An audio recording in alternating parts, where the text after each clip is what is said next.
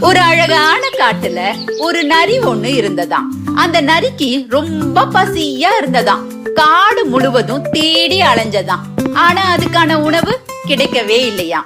அப்ப காட்டுக்கு பக்கத்துல ஒரு பெரிய திராட்சை தோட்டம் இருக்கிறத பாத்துச்சான். அத பார்த்த உடனே திராட்சை தோட்டத்துக்குள்ள ஆசையா போச்சான். அப்ப அந்த திராட்சை கொத்துக்கள் எல்லாமே ரொம்ப உயரமா இருந்ததாம்.